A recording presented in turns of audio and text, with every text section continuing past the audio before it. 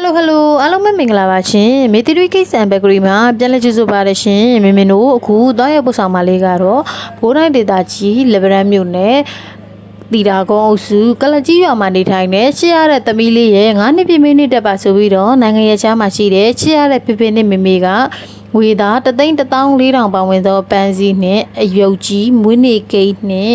မုံပေါင်များအဝတ်အစားများပြီးရင်ဓာတ်ပုံပုံ20ပါတဲ့ album မှာယူထားတာလေးတွေကိုတောင်းရပို့ဆောင်ပေးမှလေးပဲဖြစ်ပါတယ်ရှင်ဘယ်သူတွေဖြစ်ပြီးတော့ဘလို့တွေပြောစရာကောင်းမှုဆိုတာကိုတော့မင်းနဲ့အတူရင်ခုန်ကြလိုက်ပဲချစ်ချစ်ပေးကြပါအောင်ရှင်ချစ်ချစ်ပေးပါရရှင်